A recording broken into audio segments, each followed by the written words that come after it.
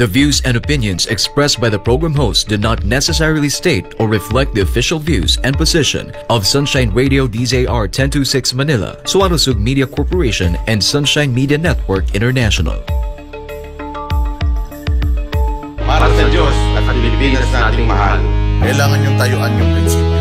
Kailangan nandudong ka lagi sa tama. Para ito sa mga tunay na lalaban para sa bayan. Pagkamali, banatan. Pero pag tama naman, palakpakan natin.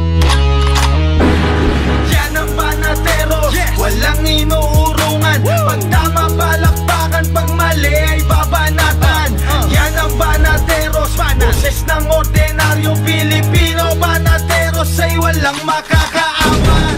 Yan ang Banateros, walang inuurungan. Pag tama, palakpakan. Pag mali, ay babanatan.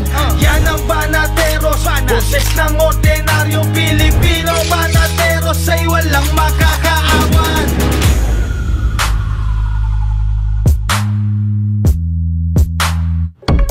Magandang gabi, Luzon, Visayas at Mindanao. Kayo ay nanonood sa Banateros sa SMNI. Ako, si Coach Oli. At ako naman po si Boss Dada. At ako naman po, si Jay Guevara. At meron Kamusta tayong naman, Coach bisita. Oli, ha? Meron tayong bisita na ako. Ito, paborito ko tong bisita dahil Idol ko yan. idol nito, ha. Karamihan sa atin dito ng mga vloggers at mga journalist, pinapanganak na. Ano na to? Broadcaster na to. Pinakamalupit na sa chicks na broadcaster ito. Oo. At napakagaling. Welcome po, Sir Jason Sa. Magandang gabi sa inyong tatlo. Kumbawa sa mga nanonood sa Japan. December 29, the D-Day dyan sa Japan. Isang malaking pagtitipon ng lahat ng sumusuporta kay Vice President Inday Sara Duterte. Bukas na po yung announcement kung saan at anong oras at kailan. Yung kailan, December 29. At hindi natin palalagpasin yan. Siyempre, kasama natin dito ngayon si Banat Bay. At sa December 29, nandito na rin yan si Coach Oli. Kaya makakapunta kami dyan, Boss. Good. Garantisado. At siyempre, magandang gabi po sa lahat ng mga nanonood dito sa Pilipinas. At magandang araw sa lahat ng mga taga-subaybay ng Banateros. Yun. Yun. Mga partners, gusto ko simulan ito, ha. Ito ay komentaryo lang. Tingnan nyo kung paano binild up itong impeachment. Nahalata nyo ba? Binibuild up yan. Kinasuhan, si BP Sara ay inimbestigahan, si PRRD, leading to impeachment. At maraming nag-aantay. Monday, Tuesday, inaantay yung impeachment. Pero ngayon, wala pa rin. Parang nagbago. Ano yan? Dinaga? Dinuwag? Nagbago ang isip? Kulang sa boto? Kulang sa pondo? Ano masasabi niyo dyan, mga partners? Sige, huli na ako dahil ako pinakamatanda Boss Dada. Yung impeachment, para sa akin naman kasi, ano lang talaga politika lang naman kasi talaga to. Gusto lang naman talaga nilang sirain yung reputasyon ni Inday Sara at lahat ng mga Duterte. Gusto lang naman nilang kulayan ng korupsyon ang mga Duterte. Sabi ko nga nung mga unang mga komentaryo pa natin na pwede mong ibintang ang lahat sa mga Duterte. Pero hindi itong drugs, lalong-lalo na itong corruption. Kasi nung panahon ng PRD, nilabanan nila to Nagtatanga-tangahan na lang talaga sila. Hindi natin alam kung bakit. Alam din naman, ito naman mga nandiyan sa Kongreso na bumabatikos kay Inday Sara. Ito rin naman yung pare-parehas na mga kongresista na sumusuporta sa lahat ng mga panukala ni PRRD nung siya'y presidente. Kaya alam natin na lahat ng ito at saka in-expose sila ni Inday Sara. Hindi nila talaga in-expect na si Inday Sara magiging ganun grabing kapalaban. Na-shock sila Boss Jay at mga partners. Talagang nagulat sila na hindi nila akalain na mas matapang pa pala itong si Inday Sara kaysa sa tatay niya. Although sinabihan na sila ni PRRD na mas malupit yan kaysa sa akin. At saka impeachment sila ng impeachment. Just this morning, nabalitaan natin yung nasabat na kilo-kilong uranium Matindi Cebu. yun. Matindi yun, mga bossing. Mas matindi yun kaysa dito sa impeachment na pinalalabas nila. Sobrang sobrang delikado nun, sa totoo lang, na kung ang masang Pilipino hindi gagawin issue yan. Medyo medyo mabigat na issue yan. Tatalakayin natin yan sigurado mamaya, pero dito muna tayo kay Madam VP Sara, yung impeachment na yan. Mahirap kasi wala naman silang napatunayan doon sa Quadcom Wala naman talaga silang patutunayan. Sa may yung good government Wala silang napatunayan. Bukod doon sa mga sinasabi nila ng mga pangalan na wala sa na hindi rehistrado. Alam naman natin na yung mga informants ng pamahalaan, hindi naman talaga alam nila na wala talagang patutunguhan nito. Kaya di ba nagpatawag na daw sila ng meeting diyan sa Malacanang. O sigurado ako na talagang failed attempt sirain si Inday Sara. Hindi nila talaga kalkulado nangyayari. Akala nila kontrolado nila yung mga bagay-bagay, pero it turned out na sa tagal-tagal ng mga hearings ng Quadcom itong good government, wala silang napatunayan ni isa doon sa korupsyon na sinasabi nila, mga partners. Tama, Boss Dada, pero medyo nagpuputol-putol lang yung signal mo, nawawala-wala yung audio mo, no? Pero ikaw, Sir Jay. Ako, masagot lang, bakit hanggang ngayon wala pa, no? Kayo muna. Ang tanong mo kasi, Oli, bakit hanggang ngayon, dumaan na yung Lunes, magmamartes na bukas. Kaduda-duda Actually, dumaan na yung last week, ano? Unang-una, siguro, nag-aantay ng signal yung Secretary General, but hindi nila pwedeng ipagpaliban yan o patagalin pa. No? Kasi merong merong timeline yan sa ngayon sa regulasyon, no? Kung ilang araw, hindi nila pwedeng ipitin yan kasi ang complainant hindi tagaloob. Di kalabas member ng Civil Society, Civil Society, no? Oo. They have to submit that to the anong tawag nito. Kasi nga ganito yung drama nila yung plano nila, no? Yung stick to the plan. May magpapile galing sa labas, may magpapile yung mga komunista, no? Pagkatapos may magpapile na supposed to be yung mga taga Quadcom, no? Yung mga taga good government. So yun ang inaantay. Kasi ang balak nila i-consolidate nila yan. Unfortunately, wala talaga, alam ng Quadcom, mapapahiya lang sila. So, hindi nila tinuloy. Wala, in fact, wala nga nakakatuwa nga yung si Mr. Chua, no? Sabi niya, ano na ito, summary na pagkatapos, pero bukas pa, no? Hindi malaman kung anong tawag nito anong klaseng kabubuhan meron, ano? Pero be that as it may, they have to attend, kung ano yung na-submit, kailangan matransmit na yan, no? And they have no choice but to transmit it within the week. The longer it is delayed, mas lalo na silang hindi aabutan sa kanilang kalendaryo dahil nung na-file yung sa Akbayan at saka yung sa Civil Society, 20 working days na lang natitira, 20 session days. Na-delay yan, nagsampa pa yung yung mga alagang komunista ni Speaker, no? Yung grupo ng Makabulok, Makabayan. So, anong tawag nito?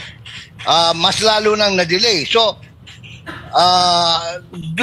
from the very start naman, sa oras pa lang, sa technical pa lang, wala na sila Kulang sa oras. Pag tinignan mo yung unang complaint na dapat yun ang unahin talaga na tingnan, talaga ibabasura mo yun dahil walang substance. No, walang kwan talaga. Tama siya siguro sa forma dahil abogado nag-prepare, pero yung sustansya ng complaint, wala ka talagang mapipili doon na sustansya. Tsaka Boss Jay, may dagdag ko lang. Anong magiging basihan nila sa pagpapa-impeach kay Inday Sara kung hindi man nila natanong yung tao doon sa kanilang hearing? Matatandaan natin nag-take ng oath si Madam VP. Correct. Maghapon siyang nandoon pero wala namang tinanong sa kanya ni isa. Oo. Doon sa mga issues nila, and then ngayon siya yung ipa-impeach nila. Kaya nga Paano yung good government hindi na nagsampay. Yun ang inaantay actually ng SecGen Yung pangatlo, hindi na, wala na silang ipapile Because alam nila, wala silang kaso. Ang mangyayari dyan, pag dumating sa House Committee on Justice, the same people who are members of the Justice Committee, itong mga taga-good government, hindi nila ma-justify yung complaint nila in terms of substance. Tsaka masisilip, Boss Jay, no? Kasi magkano lang itong confidential funds sa pinag-uusapan natin under sa VP, sa opisina ni VP Noong 2023. Yes, kumpara ito sa sa confidential funds ng Office of the President, ng Department of Justice, at kung sino-sino pang may mga confidential funds. Kung sa Office of the President, mga 2.7% lang yan. Mababa, Imagine. mababa masyado. Wala pang 5% sa confidential fund. And remember, yung 125 million na yan, pera pa rin ng Office of the President. Kaya kung meron dapat magpaliwanag diyan, kaya sila hindi nila pwedeng i-file ang impeachment Because pag pinali ng impeachment, automatic they have to file an impeachment against the President because the funds came from the Office of the President. Kaya hindi natuloy yung pangatlo. Kaya naman, Sir Jay, itong nakikita natin dito sa media ngayon, ang usapin ngayon, alam nyo kung anong galit na galit dito ngayon? Yung mga komunista, di umano, at saka yung mga dilawan. Kasi gigil sila yung nauna, yung sa Akbayan, Oo, gigil na gigil sila mag-away-away, ngayon biglang promeno. Kaya itong mga wala na. Alam naman natin itong dilaw, wala na Sila yung ngayon. Wala na. Gigil sila. Kahit naman yung mga Kabayan Black, wala na yan Binuhay lang yan ni Speaker nung makipagkapi siya dyan sa mga yan Pero ikaw, Jay, ito, isa pang Jay. Anong masasabi mo dito? Paulit-ulit na lang din naman din yan. At alam din naman natin na diversional tactic lang nila yan dun sa mga karapat-dapat nilang kaharapin na problema dito sa Pilipinas. Lalo na dyan na si Marcos na mismo nagsabi na papayag siya na pag-usapan sa Senado yung flood control budget. Pero hanggang ngayon wala pa rin. Ang daming mga tas ngayon inilabas na ng COA yung Office of the President Confidential Fund na 4-point diversional tactic yan para para matabunan at hindi mapansin ng ibang mga Pilipino. Kung ano yung mga karapat dapat na mapag-usapan diyan. Buti nga kamo inilabas ng COA At ewan ko, yung ibang mainstream media hindi binabalita yan, yung nilabas ng COA na yan. Speaking of mainstream media, meron lang akong tanong sa'yo, Sergey, kasi mainstream media, matagal ka na sa mainstream media. Iniiwasan, sa aking tingin, kung tatanungin man nila, iniiwasan kasi yung tanong na bakit hindi nyo imbestigahan yung iba pang offices, 400 yan, including the Office of the President. Minsan tatanong nila yan, pero para lang masabing may natanong Anong masasabi mo ngayon na pulso ng media? Bakit parang, may kakaiba rito? Sa totoo lang na siya may naglabas na dalawa. Yung GMA online at saka yung Inquirer.net. Puro mga online ito. Pero not on the free-to-air channel. Tama. Hindi sa free-to-air na radyo at hindi rin sa free-to-air na may masabi lang, television. Oo. Para masabi lang na, anong tawag nito? Hindi kami anong tawag ito? Hindi kami nakasiper ang bibig, pero magkaganon pa man, matagal na alam ng publiko yan na meron talaga kasi nga ang intention naman talaga nila has nothing to do, walang kinalaman doon talaga sa confidential fund ni Inday. Ang talagang intensyon nila ay siraan, kasi kahit natingnan mo yung second article of impeachment na pinasa ng 50 complainant daw, no? Mula sa Makabayan Black, ay walang ano doon, puro paninirang puri lang talaga, no? Yun naman talaga intensyon na alam nilang hindi obra, hindi papasa. So what they did, nag-enumerate sila ng katakot-takot na kasinungalingan that they cannot substantiate even at the committee level of the House of Representatives, no? Ngayon, ito pa ang system. Saan ka nakakita, ang presidente, sinabi niya, huwag nyo nang ituloy yan dahil hindi na maimportante. Whether he was referring to the impeachment or referring to Inday as unimportant, no? Pwedeng both. Ngayon, ito namang mga anong mga presidensya, nangangalap na kami ng pirma para maidiretso ito sa Senado. Di ba? So tingnan mo yung kawalangyaan eh. Iba yung sinasabi ni Mr. Marcos, iba yung sinasabi ng mga bataan ni Speaker Romualdez.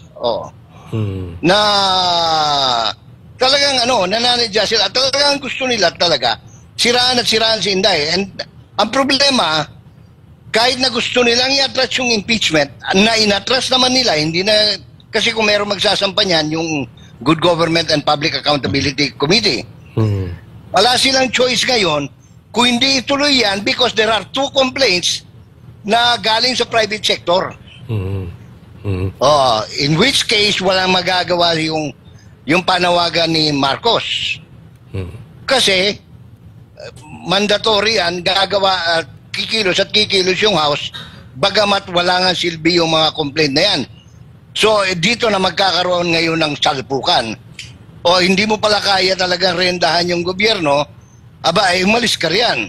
Dahil magka-aklas na kami. Sama-sama na yan, Iglesia ni Cristo, Evangelical, Muslim, IP Ops. Ito pa, yung Good Government and Public Accountability, hindi natuloy ang pagkaso kay Inday. Pero yung mga katutubo na galing ng Davao, pumunta ng Maynila kanina at isinampa yung kaso laban kay Franz Castro. Yun lang. Sa House Ethics Committee. Yun ang talagang natuloy. Alam mo, Sir Jamie, nagsabi pa, ito, hindi, may isa pang religious group magjo-join pa raw. Pero hindi sila papakilala.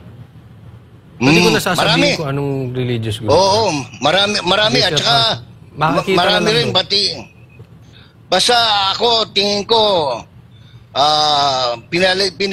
may pinalalampas lang eh. Yung na okasyon, no? Yung isang malaking grupo rin, pagkatapos niyan, uupuan na dahil meron ng nakakamada, no? Ikinakamada. Yun ang kinatatakutan kasi ito, di ba, anong ginagawa nila ngayon? Pag may malaking grupo, sasalubungin ng pulis. Inuutusan si Marbil. At saka ang pangalan ng si Torre. Inuutusan, no, parang style na kayo, JC Siege pa rin, no? Harangin. Ginawa nila yan, 2 beses na. Ngayon, ewan ko kung paano nila harangin ito. Dami yan. At saka ito, tuloy-tuloy na ito. Tingin ko, tuloy-tuloy na ito. Ito naman meron sa marcha, diretso na yan mag-al sa balutan. Ito meron akong gustong itanong, no? Pero simulan ko kay Boss Dada kasi naging guest namin kahapon si Greco. At meron siyang binanggit, Boss Dada, na ang nagpapa-impeach, di umano ay komunista. Ang naglabas ng issue ng AJK na yan, komunista. Sila. Ang nagpakulong kay Atty. Lopez, komunista. Ano masasabi mo dyan? Magiging komunista na ba tayo?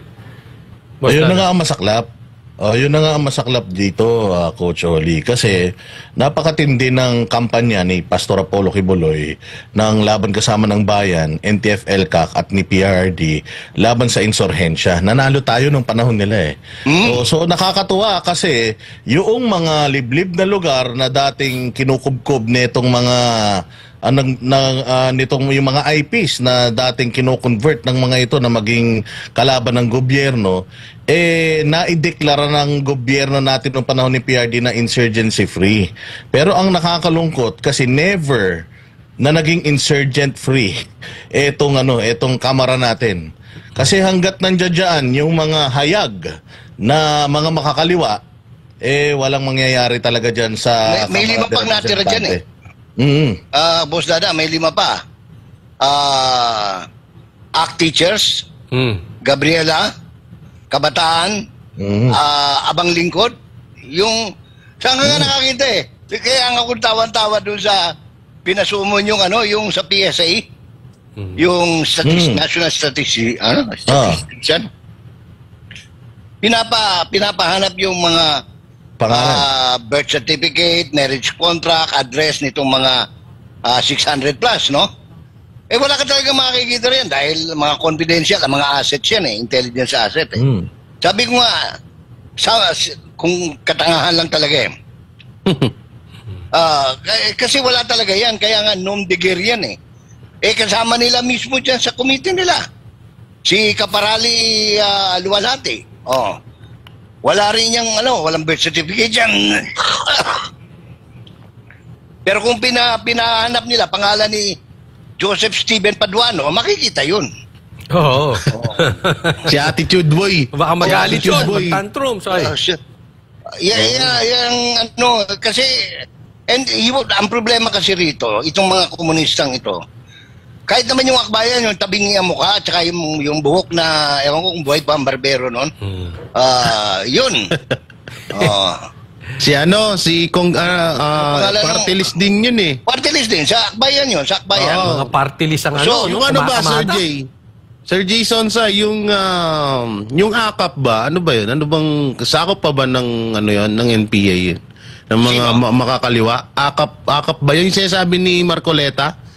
Marami pa yan may kabag pa nga ang dami marami yan na nagtatago sa ibang Pero pag tinignan mo lahat yung mga nominees, ito yung mga talagang mga frontman talaga ng CPP-NPA Kaya yun ang nakakalungkot dito, Boss Jay, no? Kasi alam naman natin na katulad dyan, si Akop, PMA-er yan. Si Romy. Kalaban ng mga yan, kalaban ng mga komunista yan. Supposed to be. Pero nakakalungkot kasi nag-a-appear pa Hindi nakita nyo, di ba? Parang itong isang talagang nakakainis dito kasi syempre alam natin yung interest ng mga makakaliwa kaya gusto nilang makuha yung mga pangalan ng mga informants na yan. Dahil alam naman natin yung capabilities ng mga yan. May mga Sparrow unit yan na talagang lilikida dito kaya nga nagtatago itong mga to kasi delikado ang buhay nila Correct. Kasi kung hindi naman delikado buhay ng mga yan, di sana naglagay yan ng mga totoong mga pangalan nila. Hindi ba? So nakakalungkot lang kasi nagagamit yung kamera pati yung committee ni Chua para mahubaran ng maskara etong mga informants natin na dumurog sa mga dumurog yung mga yan noong panahon ni PRD. So para makaganti etong mga yung mga interesado malamang sa malamang talagang yun yung reason. Nakakalungkot kasi mismong kongreso pa natin yung nagbibigay ng opportunity, platform para dito sa mga makakaliwa na makabawi pa. At saka pera, pondo. Ang laki pondo. Di ba? Isa lang nga example yung nilabas ko si Castro Average niya ng pondo binibigay sa kanya ng house ni Romualdez ay average of 2.4 million a month. 2.4 million naman? Ayaw magpakulay ng buhok? Pambira, parang pinabiling suka pa. Yun, pera sweldo yun yung mga allowance yun. Kaya pala Sir Jay, yung diba kahapon na interview namin si Sir Greco ng Bisaya Youth Party List. Kasi may nabanggit siya na di umano etong mga congressman kada hearing ay nakakatanggap daw ng 2.5 million. Depende pa daw doon kung medyo itong Quadcom na. Itong Quadcom na nagtatantrums ka pa. Diba na rin yan ni Pulong. Tapos sinundan ngayon ni Sir Greco. So 2.5 million, no? Tapos depende pa sa acting yun kung galit. Kung malapatwano lahat, ang galawan, baka umabot pa ng 3 million. Di ba ang kwento nung yung napa-contempt si Attorney Lopez ni Francesca Castro. O may bonus silang tig 1 million noon. Kaya nga sila nagka-appearan eh. Oh. Kaya pala tuwang-tuwa. Mapapa-appear din ako niyan, appear. Oo. Ito nga ang ano eh. Yan, sa house yan ha. Ako tinignan, alam mo, may maano ako eh, ang expertise ko sa gobyerno. 11 years ako sa gobyerno, Boss Dada eh. Ang expertise ko, government budgeting. Yan ang inaral ko yan eh. Alam mo, nasa liksik ko, 2022 pa lang ito ha, hindi pa 2023 at saka 2024. Alam mo ba yung nagpapasikat din na senador, si Risa Ontiveros? Byuda de Barakel, ha? Byuda yan ni Captain Barakel, yung sundalong namatay, no? Okay. Ang kanyang allowance, ha? Doon lang sa dalawang committee, ha? Nasa 5.2 million a month. Sa sarap ng buhay nila, no? Sarap ng buhay nila. Tapos kung makapagsalita ng makapagsalita ng bayaran daw yung mga sa dalawang committee lang 'yon. Doon sa opisina niya, meron pa siyang additional 3 million. Ay grabe naman. So bali Sir J 8 million. 9 to 9. 8 to 9 million a month. At saka ang sister yan, ito masakit eh. Kaprasong papel lang yan, 1/4 piece of paper. I certify that I spent 8 million this month of November. Ay, grabe. Pirma. Certified na. Alam mo, Sir J, isa yang sa gustong tanggalin ni Pastor Kibuloy. Isa yan sa plataforma niya eh. Nung binanggit ni Pastor yan, talagang lahat ng kapitbahay ko rito pumapalakpak. Pero ito pag-usapan natin kasi speaking of Dilawan, di ba yung Dilawan gigil ngayon. Yung mga komunista gigil ngayon kasi nauudlot yung impeachment nila. Ang isang kumakana dito sa piatos-piatos na ito, mga Dilawan din. Pero pag-usapan natin yung resibo dahil sabi dito, para sa isang veteranong abogado na si Attorney Ferdinand Topacio, hindi dapat gawing issue ang mga resibo na isinumite ng Office of the Vice President para sa naging paggastos nito sa confidential fund at makinig na lang sa Ombudsman. Si Margot Gonzales magbabalita. Sinapalpan ng veteranong abogado na si Attorney Ferdinand Topacio ang mga kongresista na ginagawang malaking issue ang mga natanggap na resibo mula sa Office of the Vice President o OVP para sa nagastos nito sa confidential fund. Ilan kasi sa malaking issue sa Kamara ay ang mga pangalang nakalagay sa resibo tulad ng Mary Grace Piatos na ayon sa Philippine Statistics Authority ay wala itong record ng kapanganakan. Ayon kay Topacio, bakit daw ginagawang issue ngayon ng confidential funds gayong matagal nang may ganitong uri ng alokasyon sa pondo ng gobyerno. Banat pa nito, natural lamang na hindi mo ibibigay ang mga tunay na pangalan ng iyong impormante sa mga resibo dahil ito nga ay confidential o hindi dapat ipaalam sa publiko. Those could be aliases. Galing po ako sa gobyerno. Ang mayor po, I spent 6 years in the office of the mayor of Manila. May confidential funds yan. Alias yan eh. Galing ako sa DILG, definitely may confidential funds yan. Ibibigay mo ba yung pangalan ng informante mo, yung tunay na informant? Alam niyo, yung tradition ng confidential funds, hindi lang po yan ngayon, ang tagal na yan, panahon pa ni magsaysay. Meron na yung confidential funds. I'm not saying it as a figure of speech. I'm saying it as a statement of fact na kay magsaysay nag-umpisa yung confidential funds dahil doon sa hook balahap. If you look at history, talagang hindi mo kaya nga confidential, confidential, secret, no, tago. Sinopalpal din ito ang convicted na si Franz Castro sa mga tirada nito sa confidential fund. Nagsalita na raw ang ombudsman sa bagay na ito kung saan sinabi nitong walang sapat na basehan para imbestigahan ang Vice Presidente para sa posibleng paglabag sa Anti-Graft and Corrupt Practices Act. Sinoopla na nga sila ni Justice Martirez who is the ombudsman. Bago makikipagdebate pa sila, can you imagine a convicted felon, si Franz Castro, debating on matters of law with a former Supreme Court Associate Justice and Ombudsman? That is the absurdity of our situation now. Namamayagpag itong mga communist front organizations.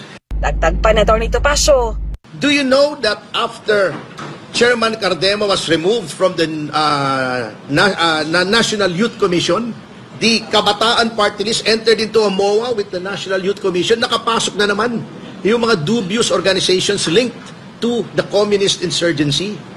Hindi ko maintindihan itong gobyernong ito eh. Just so they can have a broad alliance against the Dutertes, they are willing to ride the dragon's tail and ally themselves with these dangerous institutions and organizations. Para sa Diyos at Pilipinas, kumahal, Mark Gonzalez, SMNI News. Yun, Boss Dada, ano masasabi mo dyan? Tama yun. Totoo naman kasi talaga lahat ng sinasabi nito, Pasyo. Matatawa ka na lang kasi ultimong Department of Justice, PNP, DILG, alam naman nila yan eh. Kung matatandaan ninyo, hindi ba may mga ano nga sila eh. Kaya nga yung mga informants ni ni Trillanes noon, di ba sila Bicoy. Kaya nga hindi nila binibigay yung mga pangalan nila, kaya nga alias yung binibigay nila para hindi sila makilala eh.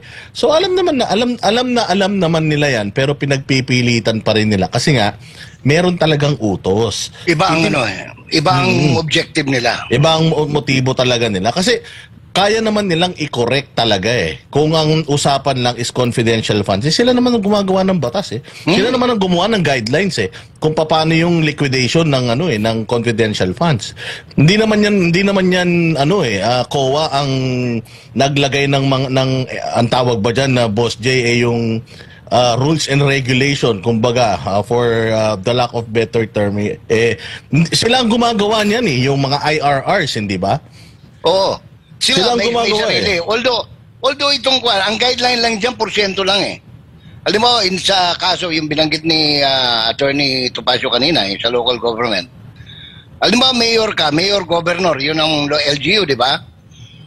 Kung ano yung internal revenue allotment mo, yung 20% niyan, is allocated to the office of the mayor or office of the governor, no? And pursuant to law, kung di ako nagkakamali, Batas Pambansa bilang 333, no?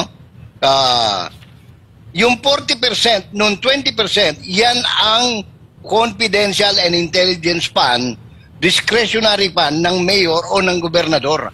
Ang problema dito sa mga tinamaan ng buenas na mga nagmamagaling na kinawatan, kinatawan, wala sa kanilang dumaan ng pagiging mayor kaya hindi nila naintindihan yan. No? And even if naintindihan nila, they are forced to not to understand it kasi nga iba ang ulterior motive nila. Oh. Mas lalo naman ito sila Franz Castro, walang nalalaman yan. Ang alam niyan, mag-kidnap ng bata at na IP. Tapos dadalhin sa Manila, pinagwewelga, pinagrarally. Alam mo, sa totoo lang, Boss J, medyo delikado sila dito para sa akin kasi kung gusto nilang sirain si Inday Sara, mukhang sa ginagawa nila, mas lalo pa nilang pinalalakas. At pinalakas, actually. Kasi wala naman talagang plano si Inday Sara tumakbo para sa 2028. Wala. Pero sa ginagawa nila na to, baka lalong tumakbo yan. Oo. Hindi ba? So, hindi lang yun. Ang tao mag-aalsa para tumakbo siya. Ganun ang nangyayari niyan dahil nakikita ng tao ngayon eh. Oh, kahit araw-araw maglabas si Romualdez na 71% siya sa survey, sarili niyang kumpanya nag-survey, walang naniniwala doon. Parang ano rin yan eh. Parang kay Pastor Apollo Kibuloy lang din yan, yung ginagawa ni Risa Ontiveros eh. The more na nag-hearing si Risa, the more na mas na-expose yung mga testigo niya. At the more na mas lalong lumalakas yung clamor pagdating sa na magkaroon ng Pastor Apollo Kibuloy sa pamahalaan dahil mas lalong na-expose yung mga magagandang nagawa ni Pastor Apollo Kibuloy sa simbahan niya. Nakatulong pa. Tama, Boss Dada. Kaya itong ginagawa nila kay Inday Sara, malamang sa malamang, makakatulong pa ito at baka ito pa yung maging dahilan ni Inday Sara na tumakbo kasi nagbigay siya ng statement nung nakaraan, Boss J, di ba, na hindi ako ganun kabait, hindi ako nagpapatawad. No, so mga ganung salita mukhang talagang nakumbinsi nila. Maganda siguro, blessing in disguise nangyari rin to kasi talagang palagay ko walang mangyayari talaga sa impeachment na ito eh. At wala definitely. Kahit saan mo tingnan, talagang hindi siya obra. Ngayon, kung mangyayari yan, they will have to wait for another year para makapag-file uli. Doon sila na parang napipigilan gayon eh. Parang ano sila ngayon? Para silang atras abante, yung congressman na atras abante ngayon. Isipin mo, nakakahiya. Alam mong magiging ano nila dito, yung parang isalba yung kanilang pagmumuka. Kasi nakakahiya to eh. Talagang binild up tapos biglang sasabihin nila, ay kulang sa oras, kulang kayo sa boto, wala kayong suporta. Yun ang totoo. Hindi lang yung lumabas na kung gaano sila kabobo eh. Lalo na yung congressman ng Maynila. Anong pangalan nun? Si Chua. Joel Chua. Sabi ko, abogado pala itong tinamaan ng Buenas na ito. No? Isipin mo, hindi ba niya naintindihan yung wag na sabihin hindi siya nag-mayor. Yung meron kang staff, no? Meron ka na pwedeng mag-research. Ba't mo sisirain ang pangalan mo unless talagang alam mo sira na talaga ang pagkatao mo? No? Ano na lang ito? Kumbate na lang ito dahil total hindi na ako mananalo sa 3rd district ng Manila ngayong eleksyon. Malabo na eh. Di magpapakagago na lang ako. Total makakaipon naman ako ng pera rito. Pero diba? Alam nyo Sir Jay, yung binanggit nyo kanina na ayaw nga tumakbo ni BP Sara. Pero sa sitwasyon natin ngayon, dapat tumakbo si BP Sara sa 2028 dahil ang lala na ng politika natin ngayon. Sa katunayan, dapat nga, buti nga, naisip din ni Pastor Kibuloy. Dapat siyang tumakbo. Kailangan natin ng milagro dyan sa Senado. Saka sila Dante, Marcoleta, na mabuti, naisipan niya tumakbo na rin mag-senador. Alam mo kumisan, lahat ito, inaadya ng Panginoon eh. Ako naniniwala dyan, providential ito, Boss Dada. Na hindi mangyayari ito, hindi kagustuhan ng Diyos eh. Bakit? Kasi mapapariwara tayo. Imagine mo, ang ating Speaker of the House ay nakikipagniig dito sa mga kalaban ng Estado, ng gobyerno. Di ba? Kaya, dati-dati, pag naalala mo ito, Coach, at saka Jay, no? Pag nung panahon ni PRRD, pag nagpatawag ng rally si Babalu, si Renato, ano ba apelido ni Renato? Reyes. Kumisan, 19, 17 na lang sila sa welcome rotonda eh. Pero tingnan mo nung Andres Bonifacio Day, biglang nabuhay na naman yung ang dami na naman na-recruit ng mga recruiter Nanggulpi pa ng pulis. nanggulpi pa ng pulis. Tapos wala lang kiber anong tawag ito? Si energy drink, Shabu, no? Si General Shabu.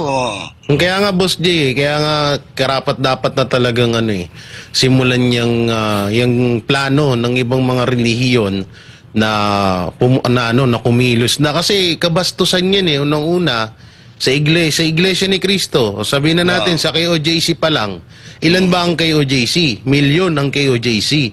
Tapos ilan lang yung nagpapa-impeach kay BP Sara. Hindi pa mga bumoto kay BP Sara yan, malamang. Diba? Sa iglesia, ilang milyon ng membro na iglesia, ganun din. So madaling salita, lahat ng relihiyon dito sa Pilipinas, lahat tayo binastos binabastos ng mga makakaliwa na yan dahil hindi nila ginalang yung boto natin. Ilan tayo? 32 million. Tayong bumoto kay BP Sara, samantalang sila, ilan lang sila at hindi nila binoto si BP Sara. Kaya sabi ko nga talagang sana matuloy yung rally na yan at diyan na talagang magtutuloy-tuloy na yan at diyan natin makikita yung pagkakaisa ng bawat Pilipino. Sir G. Alam mo yun ang sala sa lamig, sala sa init ngayon ang sitwasyon nila, Coach Oli, Boss Dada. Dahil ayaw na nilang ituloy yung impeachment. Kasi alam nila, pag tinuloy nila yung disgrasya sila lahat, walang mananalo na sa kanila. Kahit ngayon tumatakbong congressman si Paduano dun sa Negros. Siyempre may mga iglesia riyan, may mga evangelical, may KOGC, lahat yan, no? May mga Muslim din dyan. Tapos, si Akop, disgrasya na siya sa Antipolo ngayon dyan, no? Lahat sila nanganganib pag natuloy. Kasi talagang magalis ang tao eh. At ang problema dyan, pag nagalis ang tao at natuloy kung saan man yan natuloy, baka mamaya mabuwag pa yung Kongreso. Hindi mas lalong na kaetot-etot na ang buhay nila. At ang pinaka-problema dyan, Sir Jay, wala na nga sa boto nila ang KOJC. Wala na nga sa boto nila ang mga supporters ng mga Duterte. Tapos mawawala pa. At mukhang talagang nawala na ang boto ng iglesia at ang iba pang mga relihiyon. Kaya talagang nanganganib sila ngayon. Yun ang problema nila. Pero wala naman silang choice kung hindi ituloy yung impeachment dahil nga may complainant eh. Pero Sir Jay, ito. Merong hindi believe sa Iglesia ni Cristo.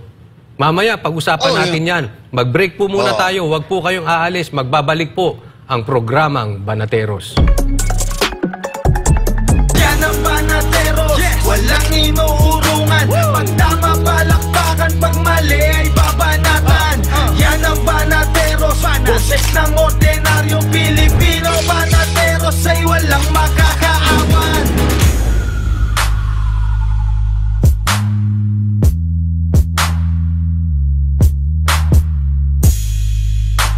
So, bilang leaders, kailangan matuwid ang iyong paningin. You know, public office is a public trust. Public office is a public trust means that a leader has been entrusted with public power by the people, and as an officer, he holds this power in trust to be used only for the benefit of the people and never for the benefit of himself or of a few. He must safeguard the interest of the nation.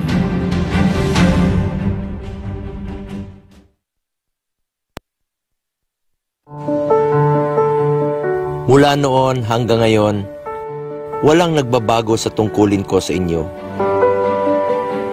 Gaano man kalayo, anumang oras o timpla ng panahon, sisikapin kong marating kayo para magserbisyo.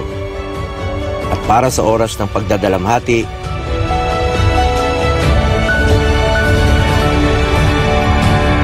makapaghatid ng kaunting ngiti. Ngayong Pasko at bagong taon, sana po ay serbisyo at malasakit ang ating aginaldo.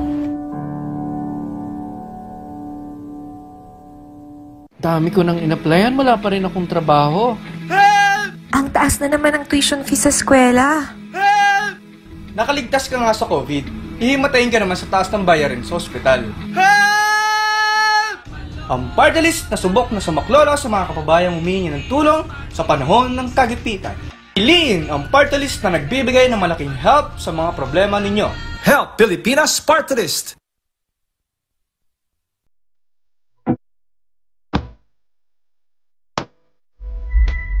Kung akong tatanungin, kahit saang aspeto, gusto ko garantisado. Petikuloso akong tao, kaya gusto ko lahat maayos at sigurado.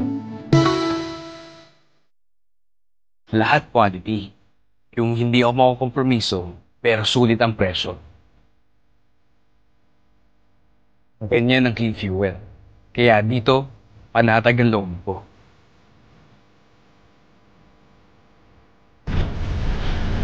Magandang umaga po, sir. Utang po. Utang.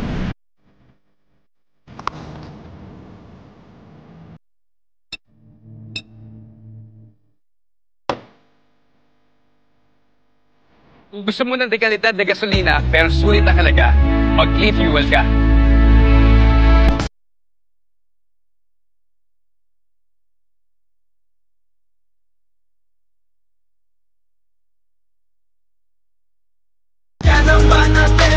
Walang inuurungan. Pag tama palakpakan, pag mali ay babanatan. Yan ang Banateros, boses ng ordinaryong Pilipino. Banateros ay walang makakaawan.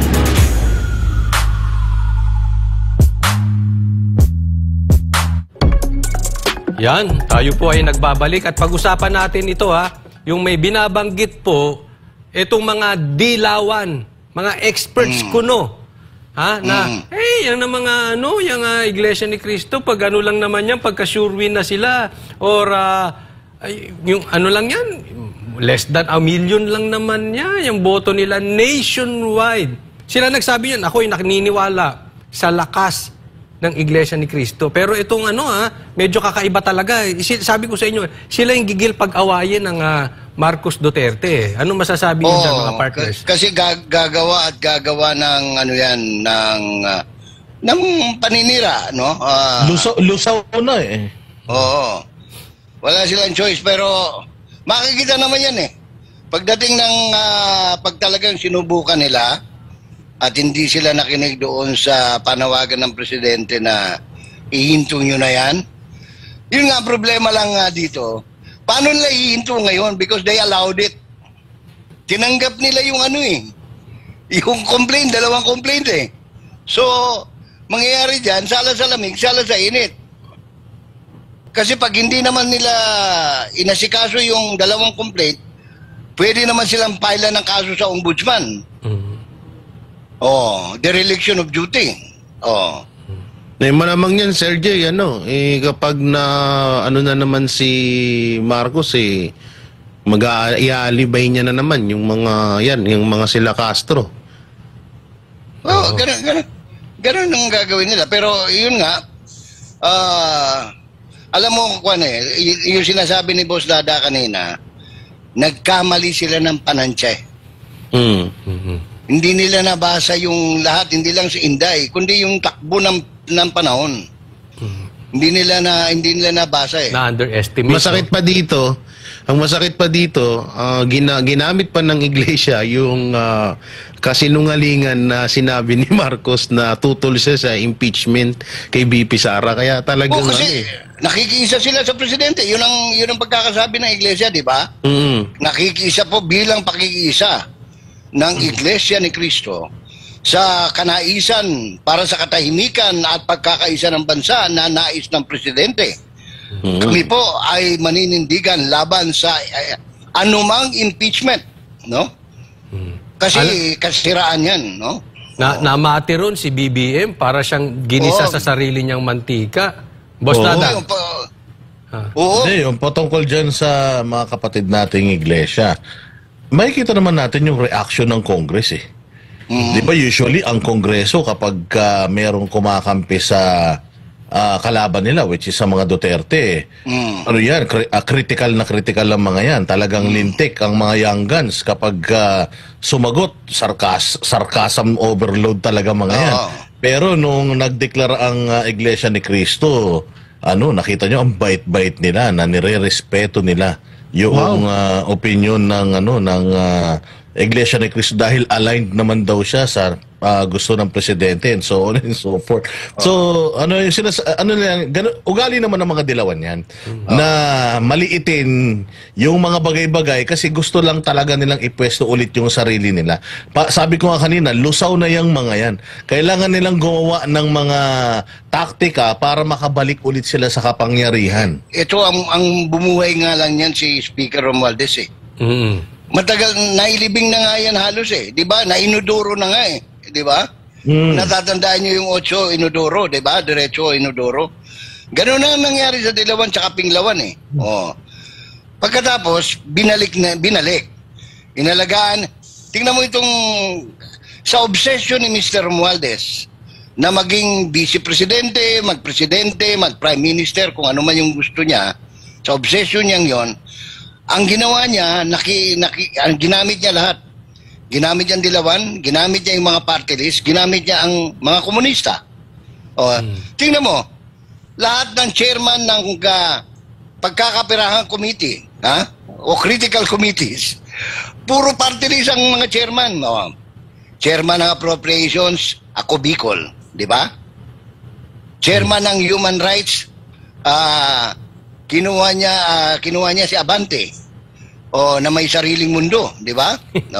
Na lumabag din di umano sa human rights. Correct. Tapos sa human rights si Paduano. Commander ng Commander-in-Chief ng Alex Bungkayo Brigade. Comedy talaga. Tapos ilalagay mo sa good government. Si Chua, nabalita ko yung laki ng dapat ipaliwanag sa lungsod ng Maynila. Ilan ba yun? 2 billion ba yun? Mahigit o 20 billion? No? Marami. Pinagtawanan pa sa Maynila yan. Mamimigay ng ayuda. Ang sinisigaw ng taong bayan sa Maynila ay Yorme Moreno. Kay Isko, no? Tapos nilagay pa niya si Dan Fernandez, chairman ng isang committee. So, itong mga ito, kasi nga accommodation, kasi gusto niya para lahat yan magtrabaho para sa kanya. Tapos binigyan niya ng kapangyarihan na makapagsalita itong young guns, no? Young guns. Na puro naman kontraktor. Di ba? Si Rod Gutierrez. Yung sa One Rider. Nakalakas kumain dyan sa KOJC nung bumibig. Talaga? Nangangampanya sa One Rider. Talaga? Pumunta ba yun? Teka muna, may video ba tayo noon? Lakas kumain? Kasama yan, karay-karay yan ni Busita. Ginamit na ang rider, ginamit pa ang KOJC. Ganun ba? Nagpatulong yan kay Pastor nung tumatakbo yung One Rider. 3 beses bumalik. Makikita naman sa record yan. Papa-research ko yung lakas. New Jerusalem. No? Bakit si Risa Ontiveros ganun din pabalik-balik din dyan sa KOJC. Alakas pa manghingi ng suha pagka pauwi na. May take home pa? Balugi kami ron. Kami walang take home. Wala kaming take out. Kaya nga itong mga ito, puro mga Kasi ito, aminin man at hindi na mga politiko. Isa sa pinagmamanuhan nila, maliban sa iglesia, yung KOJC. Pag-eleksyon dyan, dumarating lahat.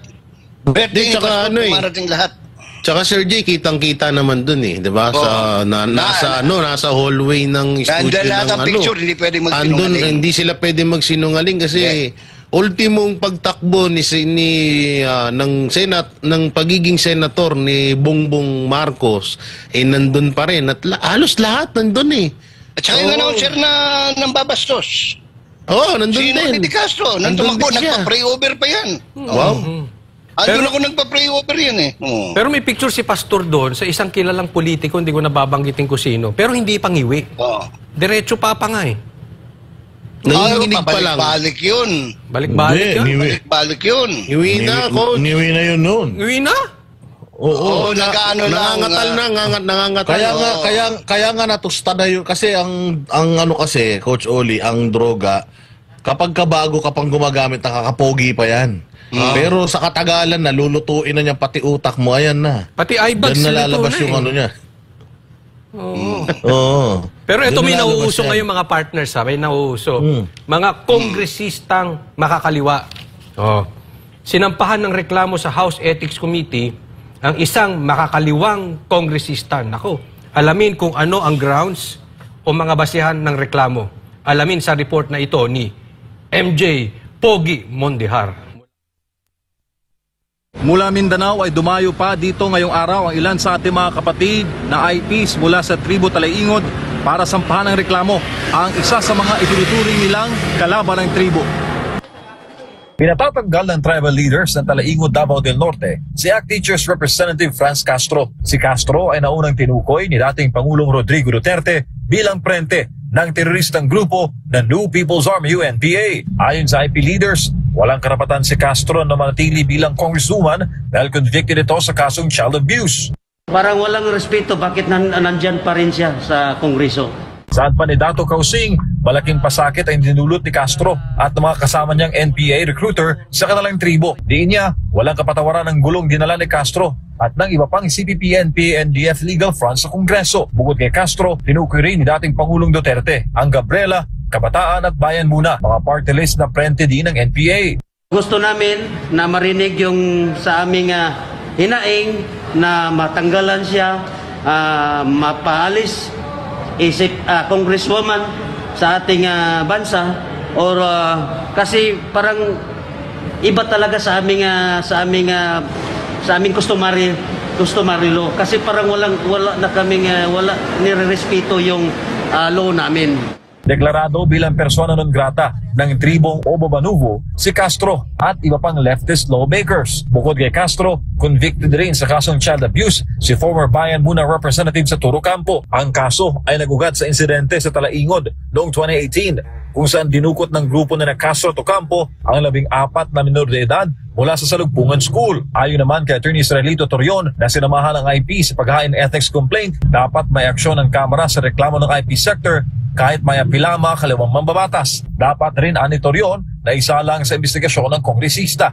Nakikita naman namin at natin na convicted na siya sa regional trial court and even if it is on appeal, no, before higher courts, but the administrative aspect of the crimes that she committed should be likewise under investigation. Umaasa naman ang tribo Talaingod na pakikinggan ng gobyerno ang kanilang hinaing at mapigilan sa pagtakbong senador si Congresswoman Franz Castro. Para sa Diyos sa Pilipinas kong mahal, MJ Mondihar, SM9 News. Iyon, partner Jay Guevara, anong masasabi mo dyan? Unahin naman kita ngayon.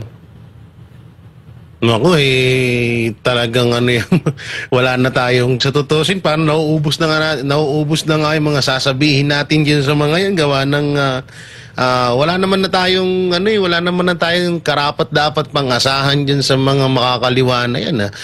At ito pa, ang pinakamasama nga lang dyan, nagmumukha ng kasi, di ba, ngayon ang tawag dyan sa government, sa administrasyon bangag government.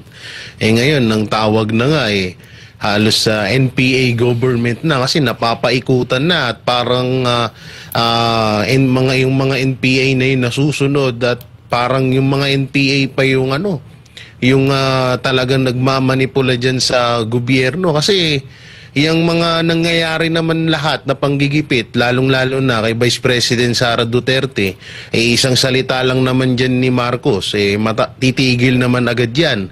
Pero bakit, ang tanong nga ng taong bayan, bakit hinahayaan ni Marcos Jr. na makagalaw itong mga makakaliwa na to at parang kinukonsinti niya?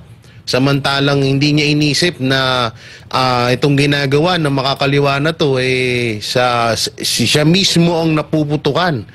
At ang nakakahiya pa dito siya mismo yung nasisisi ng taong bayan. Tsaka yun nga yung sinasabi ng mga netizen na bakit ganun na hindi man lang pagkatapos niyang mag-deny na tutol siya sa impeachment, pero hindi naman puro lang sila salita sa mga tutol siya sa impeachment, sa ganito, sa ganyan, pero kung pero kitang-kita niyo naman na sa mga nangyayari na yan, lahat yung mga issue ngayon, isang utos niya lang dyan, mapakaya niyang patigilin, siya yung leader Diba? Siya yung leader, siya yung karapat dapat na magpatigil, pero wala, kinukonsinte, kaya talagang matatawag natin na NPA government na ang tawag sa kanila ngayon. Mas Dada? Sa akin, malaking issue talaga to kasi nakita naman natin kung paano nila tinrabaho si Congressman Arnie Tevez, hindi ba? Natanggal yung tao sa serbisyo ng walang due process. Samantalang ito, may kaso, guilty pa, pero nandiyan pa rin. Dito nga masasabi natin na dapat talaga kasama si Martin Romualdez na makasuhan dito at matanggal dyan sa Kongreso kasi pinabayaan niya Wala silang ginawa tungkol dito sa issue na to, yung issue na to ng yung conviction niya ni Franz Castro. Magandang hakbang doon sa mga IPs natin itong pag-file ng kaso kasi kung katulad doon sinasabi natin kanina na nag-file ng kaso ang mga kabayan black sa Congress ng impeachment at hindi pwedeng deadmahin ng Kongreso yun. Kailangan nilang kumbaga asikasuhin yun dahil sabi nga ni Sir Jay, dereliction ba? Tama ba yung term na ginamit ko of duty? Yung pagka hindi mo inasikaso yung kaso. Ngayon, nagsampa naman ng kaso itong nagsampa ng ethics complaint itong mga IPs natin laban kay Franz Castro. Yung Congress ay dapat magkaroon ng magkaroon ng hakbang kung papaano masusolusyonan itong problema na to kasi may nilabag na batas at korte mismo ang nag-utos at ang nagdesisyon na talagang may kasalanan nitong mga makakaliwang grupo na ito. So dapat talaga gumalaw ang Congress at babantayan natin yan kasi kung hindi sila gagalaw at hindi nila aasikasuhin to, tapos yung impeachment complaint final ng mga makakaliwa, tapos yun pa yung uunahin nila, talagang tayo'y mukhang pinamumunuan na ng mga komunista. Coach Oli. Sir Jay, ito, matanong ko kasi parang mauuna pa to si Franz Castro, pinapatanggal niya ang ating Vice President, pero ngayon siya ang pinapatanggal. Mukhang mauuna pa siya. Dahil wala medyo na gano'n yung connection ni Sir Jay. Ako na muna ang sasagot. Sige. Ang isa sa mga J, no? Yung ano na yan, gano'n na talaga mangyayari dyan. Kagaya ng sinabi nga nila ni Boss Dada, ni Sir Jay Sonsa, na hindi nga nila inaasahan ng mga mangyayaring to. Kasi nga, ang nangyayari, kabaliktaran na. Baka nga mangyari dito, imbis na si VP Sara ang ma-impeach, si Romualdez pa yung maunang ma-impeach. Ang masaklap pa dito, kawawa yung mga kawawa yung mga young guns. Sabi nga, like ako, sinasabi ko sa mga vlog ko na ginawa silang palaman. Pero dapat pa ba, Coach Oli, dapat bang tanggalin pa yan? Ilang buwan na lang naman yung ilalagi sa posisyon yan? Hindi naman mananalong senador yan dahil tatakbong senadora yan hindi ba si Franz Castro? So patay naman na yung karir niyan sa politika. Baka sakaling kung hindi na siya kongresista, matapos yung kanyang termino ngayong Mayo, baka sakaling mawalan ng immunity itong mga to at talaga namang makasuhan at makulong na. Hindi, kasi ito, Coach Oli, may appeal sila, yes, pero kapag ikaw kasi nahanapan ka ng probable cause or nagkaroon na ng conviction, mahirap na makabawi doon, Coach Oli. Hindi, kaya nga siguro, Boss Dada, agresibo sila ngayon kasi bagka nakaupo yung galit sa mga katulad niya, delikado siya. Kaya gagawin nila ang lahat ng pupwede. Minsan nga, hindi pa nga pwede. Hinug sa pilit Talagang para lang wag makaupo at hindi sila makulong. Yun ang masaklap, Coach Oli. Kasi yung inaakala nilang magiging rason para si Inday Sara ay maging unpopular, baka yun pa yung mas lalong gumalit sa tao at mas lalong magtulak kay Inday Sara para tumakbo bilang presidente balang araw. At alam mo, nung narinig ko, Coach Oli, sinasabi niya na hindi ako magpapatawad. Na-confirm niyan yung kwento-kwento sa akin dati na yan daw talaga si Inday. Ibang-iba sa tatay niya dahil si Inday daw nagtatanim talaga ng sama ng loob. Well, nung narinig ko to sa kanya, nung nagsasalita siya, nagbibigay siya ng kanyang mensahe sa pagdating ng Kapaskuhan, sabi ko mukhang legit yung source ko na yun, legit. Alam mo, Boss Dada, panig ako dyan kay BP Sara. Bagamat para sa akin, dapat magpatawad, Pero, pabor ako kay BP Sara doon dahil hindi dapat konsintihin itong mga to Pagka pinabayaan mo lang yan, marami pang bibiktamahin. So, dapat turuan ng leksyon ng hindi tularan. Para, di ba, kasi, pwede naman pala yan, nakakalusot lang yan, ganyan. Sige, gawin natin yan. Kahit na puro politika na lang ang pag-usapan natin. Pero pag nabigyan ng leksyon yan, tinan nyo, tatahimik yung iba na hindi nila gagamitin yung kanilang kapangyarihan para mang-abuso ng ibang tao. Diba? Pero ito, good news naman tayo. Kasi puro bad news Talagang pag si Castro talaga ang usapin, talagang walang maidudulot na mabuti. Pero ito, good news. Dito na si Sir Jay, Coach. Yep. Sir Jay. Nakikinig ako. Pasensya na. Sige, Sir Jay. Ano masasabi mo ron bago tayo pumunta sa good news? Yung long overdue na yan yung pagpapile ng kaso laban kay Kasi nga unang-una, hindi na nga dapat pinaabot yan Dapat motu proprio ang mismong mga congressman ang nag-file sa Ethics Committee ng kaso laban kay Castro. Kasi nangyari yung kasong kung saan siya na-convict habang siya ay mambabatas eh. Oh, she was an active member of the House. Imagine mo, criminal act. Pagkatapos pinabayaan nila, kaya nga sabi nga ni Vice President Inday nung una siyang nag-attend, remember nung budget hearing, sabi niya, bakit nandito pa nakaupo yung convicted? Tama. Kasi ang gusto niya yung sabihin doon, bakit niya pinapabayaan, nakaupo pa yan, nakasamahan niyo, gumawa ng kriminalidad, convicted siya by a court of competent law, competent court, and you allow her to sit down and represent and be among you, honorable people, di ba? Tama. How can you allow a member who have dishonored the august body of the 19th Congress to sit down with you, no? Hindi siya pinakinggan ng mga, kasi kung ako congressman ng 19th Congress, convicted siya for an act that was done while she was in office, ako mismo, kahit kasama ko yan sa koalisyon, magpapala ko ng ethics complaint. Dahil kasiraan ng buong Kongreso yun eh. It will go down in history, matatala sa kasaysayan ng Republika ng Pilipinas na itong ika-19 na Kongreso ng Republika ay pinabayaang umupo ang isang convicted criminal na kasamahan nila. Hindi maalis yun. Batik na ng 19 Congress yun.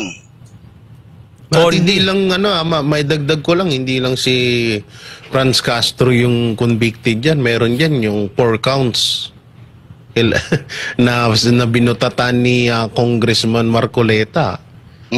Walang iba, si Erwin Tulfo. Isa pa yun. Convicted pa rin yan. Bakit inalaw din na mo po? Kasi nga nagagamit sila eh. Kasi hindi pa daw Pilipino yan. American citizen. American citizen. Kasi nagsilbi bilang sundalo ng Amerika yan eh. Matindi.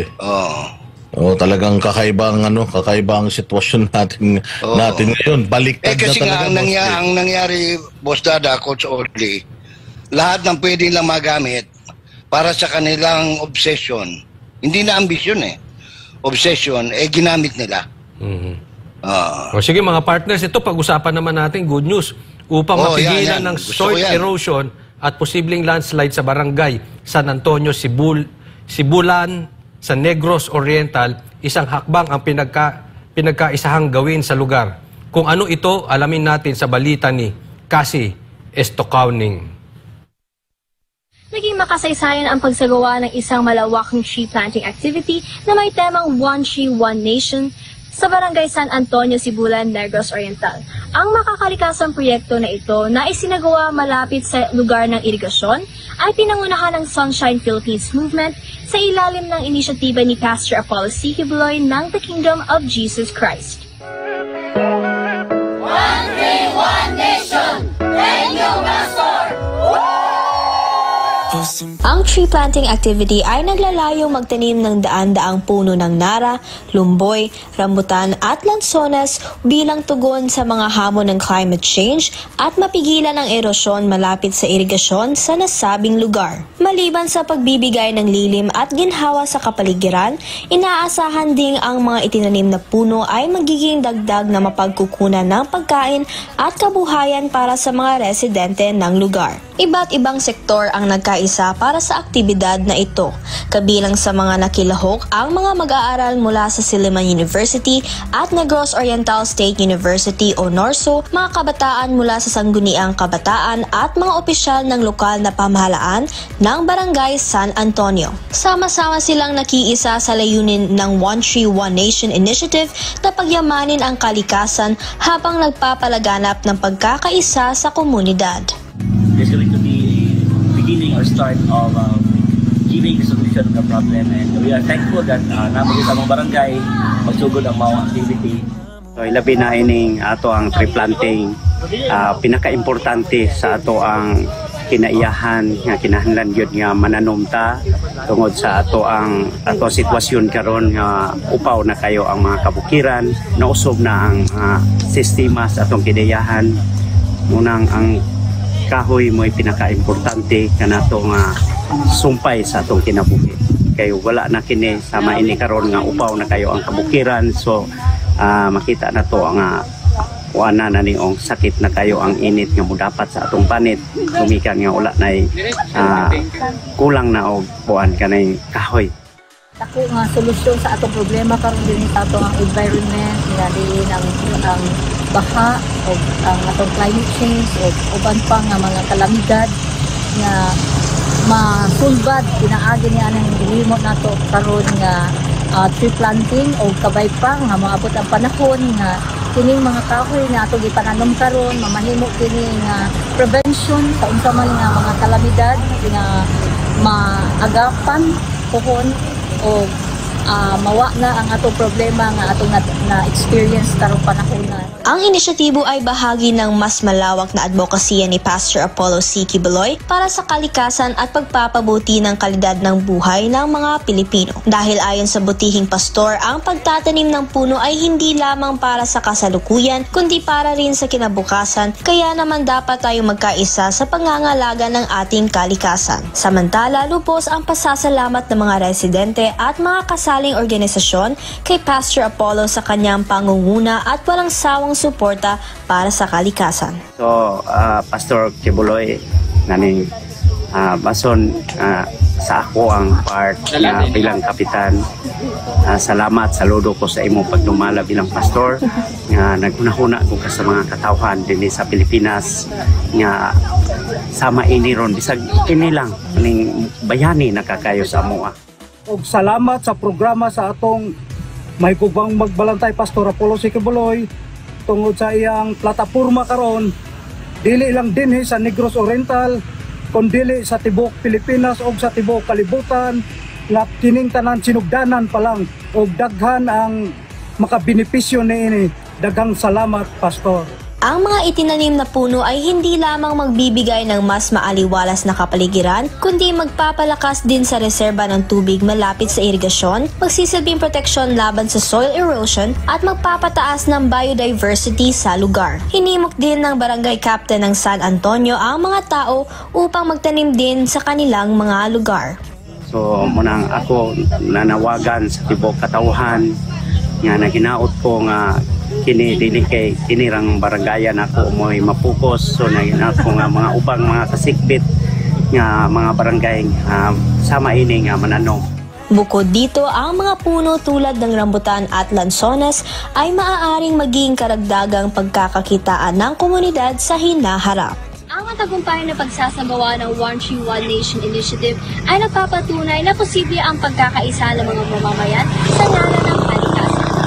Ang mga itinanim na puno dito sa San Antonio ay hindi lang magiging simbolo ng pag-asa, kundi magsisilbing paalala na responsibilidad ng bawat isa na pangalagaan ang ating kapaligiran para sa mas oras, mga partner. Ako talagang napakagandang programa yan at nasabi ko nga ito nung live coverage na siguro pag malaking bagay yan pag naging senador si Pastor Quiboloy kasi yung mga pondo para diyan sa clean up, sa reforestation, may kakamada ng gusto at yung programa may hahanay niya na nang maayos, no? Kasi importante rin hindi lang yung planting pati yung growing, yung pagpapalaki na talaga ng mga punong yan. Anyway, saludo tayo dyan at yan ay sinusuportahan natin at sana ay pala rin si Pastor na mahalal bilang isa sa mga senador ng ating bansa. Maraming salamat sa pagkakataon na naimbita niyo akong makasama sa Banateros ngayong gabi, Coach Oli. Solid. Thank you very much, Boss Jay. Ako, dugtungan ko yung sinabi ni Boss Jay patungkol dyan sa tree planting efforts ng KOJC. Ito kasing, may kukumpara ko lang kasi si Pastor Apollo Kibuloy kay Bongbong Marcos. Kasi si Bongbong Marcos panay ang, gasgas na yung climate change sa kanya sa tuwing na lang may mangyayaring dilubyo sa Pilipinas. Pero tanungin mo siya kung ilan na bang puno na itanim niyan, sigurado ako wala pa. Wala pa. Oh, kaya nga dito natin talaga makikita si Pastor Apollo Kibuloy na malaking gastos to, Boss Jay, ha? Malaking gastos to. Ilang puno ang linggo-linggo.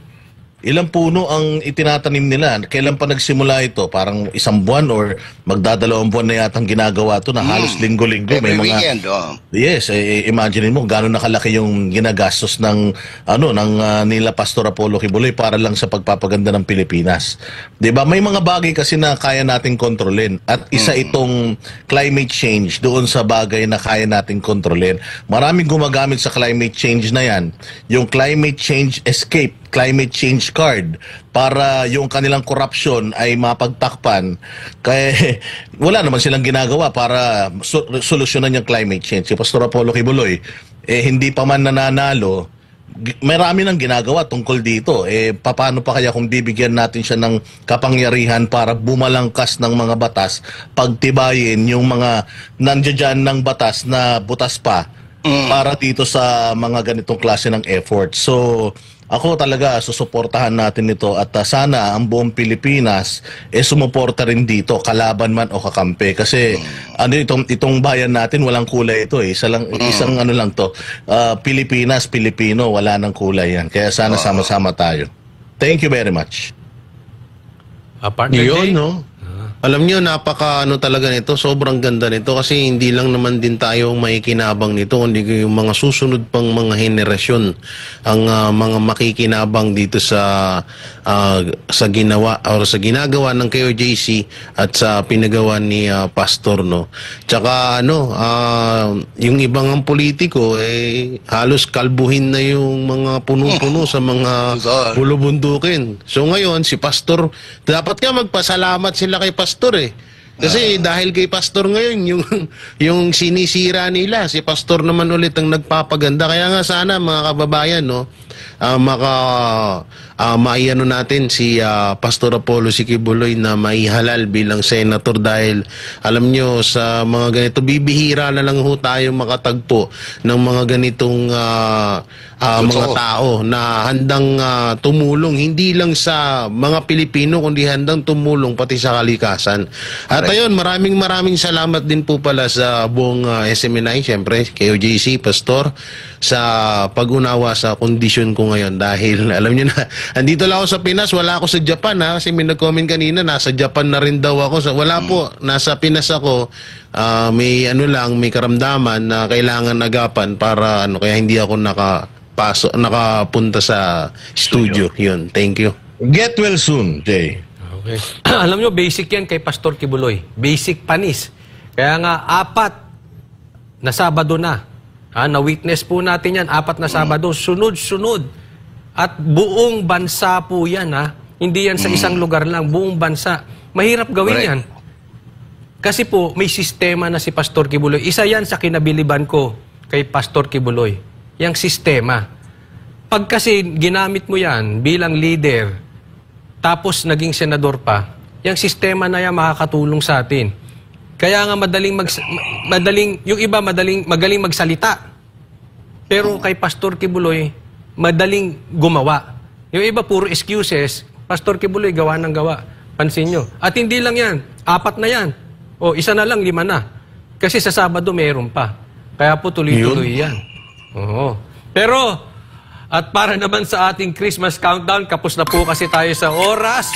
15 days na lang mga kabanateros at Pasko na. Ang bilis talaga, parang kailan bilis na. Pa, no? Oo. Jolly, mas lalo kang gumuwapo tingnan niyan pag mag-isa ka. Isa parang parang magkakaiwan. Wala kang duming kasama. Importante ang tree planting para sa kinabukasan. Tama yung sinabi ni Jay na yung mga saling lahi, yung maabutan pa yan ng mga magiging anak mo pa, Coach Oli. New generation. Para marami pa. Hindi, pero totoo yan, ha. Ang tunay na may pagmamahal. Alin na totoo? Alin na totoo? Yung marami pang anak. Saling lahi. Pagka meron kang pagmamahal, iniintindi mo yung susunod na generation. Okay, kinabahan kami dun Yan ang kasi halimbawa lang to halimbawa lang, wala tayong ano dito. Halimbawa, nag-a-addict ka. Wala ka nang pakialam sa bukas Di ba? Basta masaya ako ngayon, bahala na yung bukas, bahala na yung next generation. Kasi hindi mo naisip, magagaya ako ng anak ko. O ano mangyayari? Wala ka nang iniisip na gano'n, paano kung pati yung anak kasi gano'n din? Bumabatak din. Yun ang gano'n na yun. Gano'n na talaga mangyayari yan. Paano pamilya na? Ano yan? Talagang namamana yan. Alam nyo? Siyempre, nakikita ng mga bata. Nakikita mo Sabi nga, sumisingot yung nanay, ay yung tatay, tapos tumutuma yung nanay. Ano isipin ng bata? Ay, tama ito. Okay ito, di ba? Paglaki ko ay hindi pala lumaki. Pagtanda ko, eto rin ang gagawin ko. Basta importante, basta mayaman ako at nasa power ako, hayahayang buhay. Pero tatandaan natin, ang overdose, walang sinisino yan. Walang mayaman, walang gwapo, walang ano dyan. Kaya, tuloy lang. Walang mayaman, walang mahirap dyan. Bibiglain ka yan. Marami nag-aantay doon, mga partners. Pero, kita-kita po tayo uli, mga banateros. Dito lang sa SMNI, pag tama, palakpakan. Pag mali, banatan. Ako po, si Coach Oli. Ako naman po, si Boss Dada. At ako naman po, si Jay Guevara. At siya naman, si Idol Jay Sonsa. Para sa Diyos at sa Pilipinas nating mahal.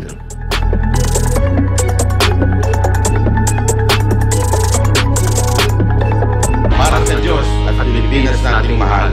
Kailangan yung tayuan yung prinsipyo. Kailangan nandudong ka lagi sa tama. Para ito sa mga tunay na lalaban para sa bayan. Pagkamali, banatan. Pero pag tama naman, palakpakan natin. Yan ang banateros, walang inuurungan. Pag tama, palakpakan. Pag mali, ay babanatan. Yan ang banateros, boses ng ordinaryong Pilipino. Banateros ay walang makakaawan. Yan ang banateros, walang inuurungan. Pag tama, palakpakan. Pag mali, ay babanatan. Yan ang banateros, boses ng ordinaryong Pilipino. Banateros ay walang makakaawan.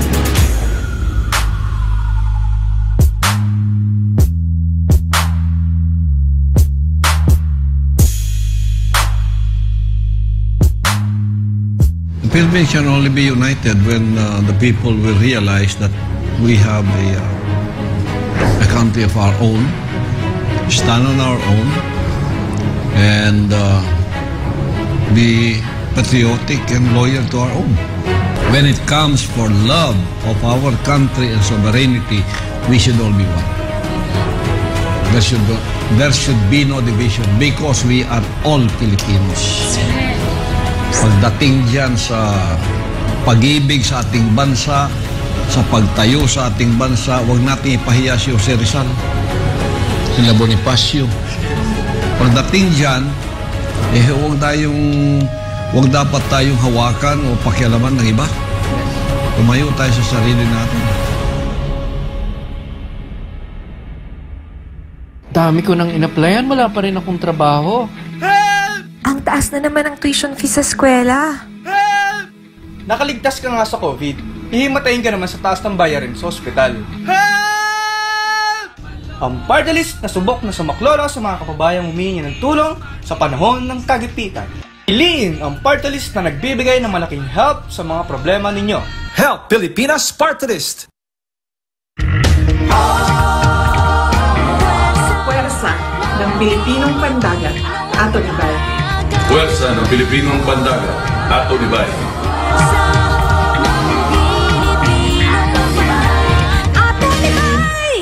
PPP Party List. Tatak Duterte. Ato Nibay. Ato Nibay!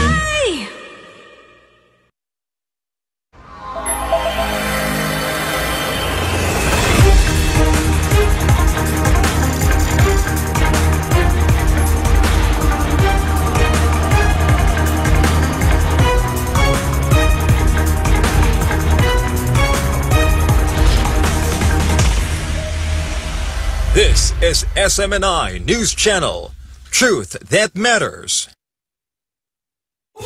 Subscribe to SMNI News Channel and turn on the notification bell to keep you up to date. Also visit our official social media accounts and join our community on Viber and Telegram.